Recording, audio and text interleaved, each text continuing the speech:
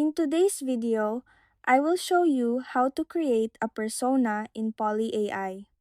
To get started, open the Poly AI app, also known as Polybuzz, on your device and ensure you are logged into your account. From the home page, look at the bottom navigation bar and click on the message icon. Next, select any existing chat to open the conversation window.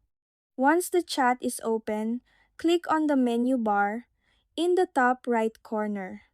From the menu options, click on My Persona and then tap the Create button. Here, you can customize your identity by selecting a photo. You can choose from the available options or upload your own image from your device by clicking the plus sign. After selecting a photo, fill in the required details, including your persona's name, gender, and a description.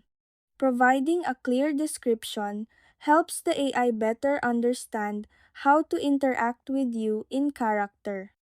If you would like this identity to be your main profile for all conversations, you can toggle on Set as Default Persona.